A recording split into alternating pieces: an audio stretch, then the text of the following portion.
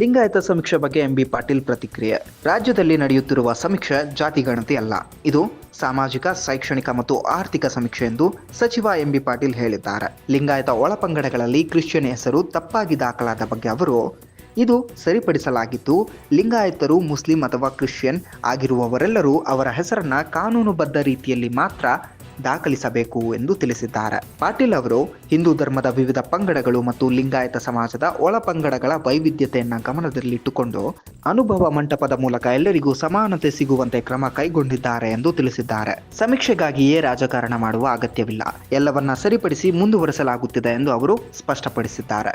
ಯಾರೇ ಕ್ರೈಸ್ತ ಧರ್ಮ ಸ್ವೀಕಾರ ಮಾಡಿದರೆ ಅವರು ಕ್ರೈಸ್ತ ಇದ್ರಾಗ ಹೋಗ್ಬಿಡ್ತಾರೆ. ಲಿಂಗಾಯತ ಕ್ರಿಶ್ಚಿಯನ, ಒಕ್ಕಲಿಗ ಕ್ರಿಶ್ಚಿಯನ, ಮಾದಿಗ ಕ್ರಿಶ್ಚಿಯನ್ ಪ್ರಶ್ನೆ ಬರೋದಿಲ್ಲ. ಅವ್ರು ಸ್ವಕಾರ ಆ ಕಾಲಮ್ ಅದನ್ನು ತಪ್ಪಾಗಿತ್ತು, ಅದನ್ನು ಸರಿಪಡಿಸ್ಕೊ ಅಂತ ಹೇಳಿದ್ವಿ ನಾವು, ಸರಿ ಆಗೋದಿಲ್ಲ ಅಂತ ಹೇಳಿದ್ವಿ. ಇವೆಲ್ಲರೂ ಕೂಡ ಹೇಳಿಸಿದ್ದೀವಿ. ಒಮ್ಮೆ ಅವ್ರು ಕ್ರಿಶ್ಚಿಯನ್ ಇದ್ರಾಗ ಹೋಗ್ಬಿಡ್ತಾರೆ. ಅವ್ರು ಕ್ರಿಶ್ಚಿಯನ್ ಹಾಕೊಂಡಾಗ ಅವರು ಕ್ರಿಶ್ಚಿಯನ್ ಅಂತ ಹೇಳ್ಕೊಂಡಿದ್ರೆ ಕ್ರಿಶ್ಚಿಯನ್ ಹಾಕೊಂಡು ಹೋಗ್ತಾರೆ. ಲಿಂಗಾಯತರು ಇರ್ಬೋದು, ಮತ್ತವ್ರು ಒಕ್ಕಲಿಗರು ಇರ್ಬೋದು, ಯಾವುದೇ ಇರ್ಬೋದು. ಎಷ್ಟೋ ಜನ ಇಸ್ಲಾಂ ಧರ್ಮಕ್ಕೆ ಹೋಗಿರ್ತಾರೆ. ಅಂದ್ರೆ ಅವ್ರನ್ನ ಲಿಂಗಾಯತ ಇಸ್ಲಾಂ ಅನ್ಬೇಕಾಗ್ತದ, ಮತ್ತು ಮುಸ್ಲಿಮ್ ಅನ್ನ ಬರ್ತದ. ಅಥವಾ ಎಷ್ಟೋ ಮಂದಿ ಮುಸ್ಲಿಮ್ಸ್ ಲಿಂಗಾಯತಕ್ಕೆ ಬಂದಿದ್ದಾರೆ, ಅಥವಾ ಹಿಂದೂ ಧರ್ಮ ಸ್ವೀಕಾರ ಮಾಡ್ಕೊಂಡಿದ್ದಾರೆ. ಮದುವೆ ಆಗಲಿ ಅಲ್ಲಿ ಅಲ್ಲಿ ಅಲ್ಲಿ ಅಲ್ಲಿ ಅಲ್ಲಿ ಹೋಗಿ ಅವ್ರು ಸೇರ್ಕೋತಾರೆ. ಸರಿಪಡಿಸಿದಾರೆ ಈಗ. ಬಟ್ ಒಂದು ವಿಷಯ ಇದೆ, ಈಗ ದಲಿತ ಕ್ರಿಶ್ಚಿಯನ್ಸ್ ಇದ್ದಾರೆ, ಭಾಳ ದೊಡ್ಡ ಪ್ರಮಾಣದಲ್ಲಿದ್ದಾರೆ ದೇಶದ ತುಂಬ. ಬೌದ್ಧ ಕ್ರಿಶ್ಚಿಯನ್ಸ್ ಇದ್ದಾರೆ.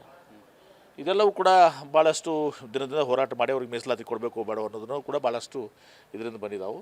ಇದೆಲ್ಲವೂ ಸರಿ ಹೋಗ್ತದೆ. ಇದು ಒಂದು ಹೇಳ್ತೀನಿ ನಿಮಗೆ ಭಾಳ ಸ್ಪಷ್ಟವಾಗಿ, ಇದು ಜಾತಿ ಸಮೀಕ್ಷೆ ಅಲ್ಲ. ಜಾತಿ ಸಮೀಕ್ಷೆ ಮಾಡುವಂಥ ಅಧಿಕಾರ, ಸೆನ್ಸಸ್ ಮಾಡುವಂಥದ್ದು ಕೇಂದ್ರ ಸರ್ಕಾರಕ್ಕೆ. ಈಗ ಜಾತಿ ಗಣತಿ ಮಾಡ್ತಾರೆ ಅವರು ಬರೀ ಜಾತಿ ಗಣತಿ ಮಾಡ್ತಾರೆ.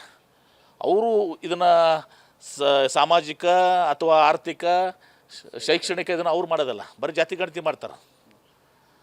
ಅದು ಭಾಗ. ಇದು ನಮ್ಮದು ಇರುವಂಥದ್ದು ಸ್ಪಷ್ಟವಾಗಿ ಹೇಳ್ತೀರಿ. ಇದು ಸಮೀಕ್ಷೆ ಸಾಮಾಜಿಕ, ಶೈಕ್ಷಣಿಕ, ಆರ್ಥಿಕ ಸಮಸ್ಯೆ. ನೀವು ಗೊಂದಲಕ್ಕೆ ಹೋಗ್ಬಿಡ್ಬೇಡ್ರಿ, ನಾವು ಗೊಂದಲದಾಗಿಲ್ಲ.